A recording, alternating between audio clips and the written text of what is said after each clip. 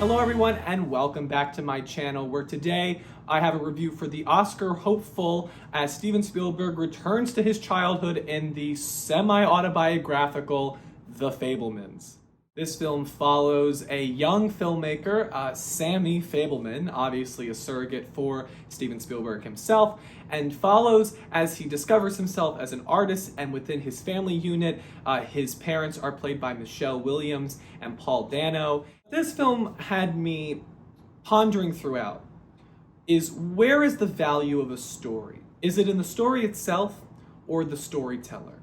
Much of the resonance of this film can be attributed to the external mystique of Spielberg. Our relationship, our connection to him, our desire to learn more about him.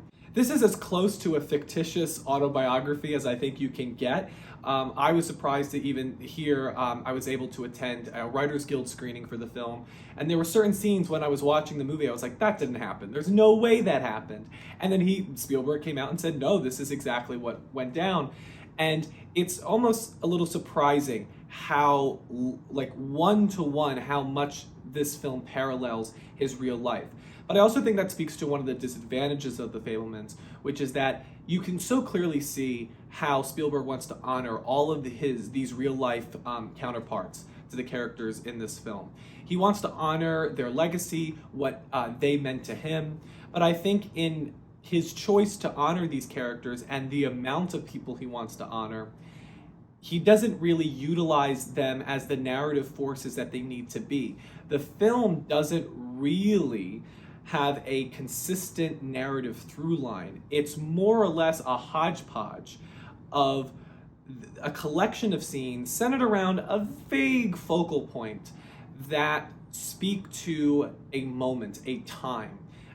And that time and place is effective. I think Spielberg really does capture what it was like to grow up in this family. There's always been a real sense of the weight of fatherhood. We've seen that in films like Jaws, but I think pointedly we've seen him approach coming to terms with his parents' divorce in films like Close Encounters of the Third Kind and E.T.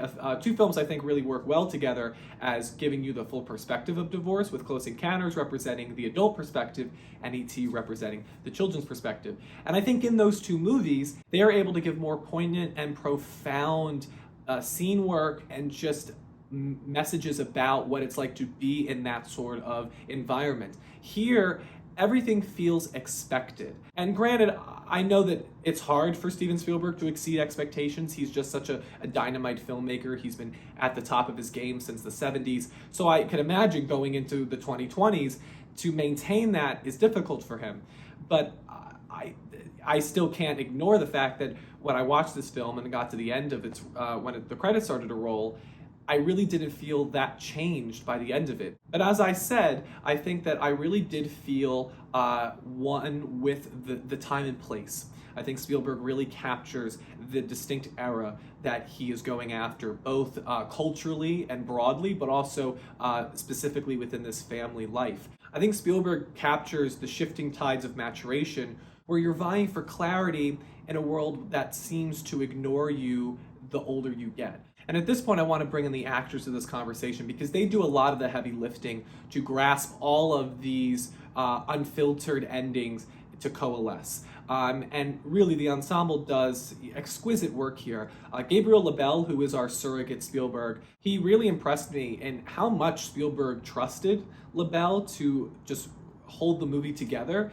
And the shifting tonal choices, there are some moments that are really comedic and fun, other moments that are very serious, and he's able to really guide the audience through. Paul Dano is by far and away the best thing in the movie. I was really taken with his performance. There's a gentleness to his work here that I don't think we see too often in the patriarchal figure. I really love seeing somebody who is confident in his intellect and seeing it dawn on him that his family was coming apart.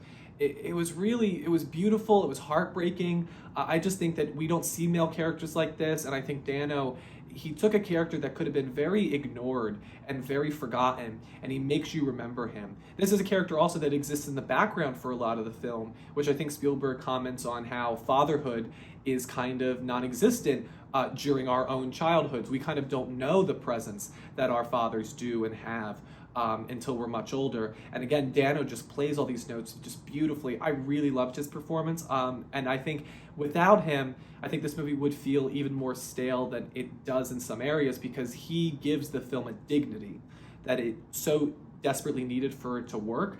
And I think it's the best performance I think I've seen out of Paul Dano, and I think is by far and away the most valued player of the Fabelmans. And then Michelle Williams, she is just glowing in this movie. She carries her own light.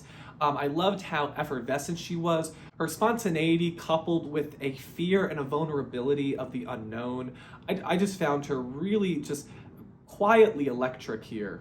She holds such a wealth of emotion that contributes to the film's overall success. Spielberg's love of cinema definitely comes through here in a similar fashion to how it came through for Once Upon a Time in Hollywood on behalf of Quentin Tarantino. And there's a lot of very charming and sometimes downright hilarious moments regarding how just certain ways that they were shooting a film that Sammy was making, or a scene with David Lynch as a famous film director, I won't say who, but there's a great little back and forth between him and Gabriel Labelle about the horizon and where to shoot it. There are certain things that if you love film, it's like an inside joke that you're being let in on. Compared to another film that shares some similarities that I saw recently that I won't be doing a full review on, which is Armageddon Time, what I kind of had issues with that movie and why I ended up falling negative on the film is that it was just so unrelentingly bleak. The Fabelmans is the opposite. It knows to inject light and levity and humanity,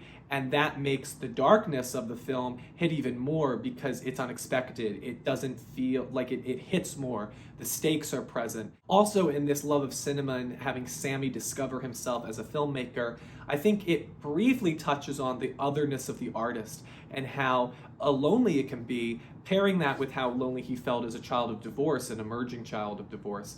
When you're the one always filming everything, you never get to be filmed. You're never the source of attention.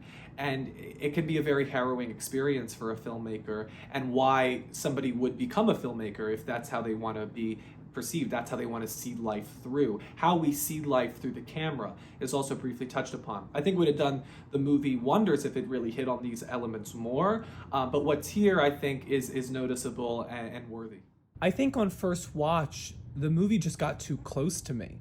And I instantly put up barriers because I was seeing my own life reflected on the screen in front of me so clearly. And upon further reflection, my feelings have warmed on the film, as even though it is a little bit overextending and sprawling in scope, there is a persistent emotional truth and authenticity that I admired.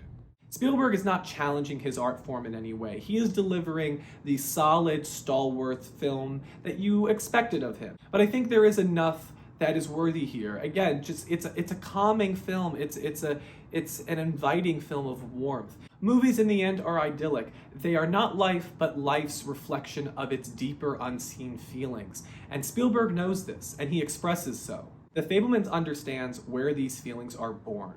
The experience of it is similar to watching the home movies of a family that you don't really know well. And sure, you're not going to have the full context or concision that you desire out of a feature film, but just seeing the love and passion on screen is what's going to turn this film from a fable to a filmic legend. So that's my review of The Fabelmans. Let me know when it comes out. I believe it's going to open wide around Thanksgiving. Let me know your own thoughts on the film, and what are some of your favorite Steven Spielberg films? I think my top three would be E.T., Jaws, and Raiders, but it's very close. He's made so many groundbreaking films, and I think even if I don't think this is to the heights of those, I still think it's a good film. It's a good film that I think you should go see, especially because I think it's going to be a major contender for the award season. Make sure to like, comment, and subscribe to not miss any new videos from Spoilers Ahead with Anthony Post. Thank you all so much, and I'll see you at the movies.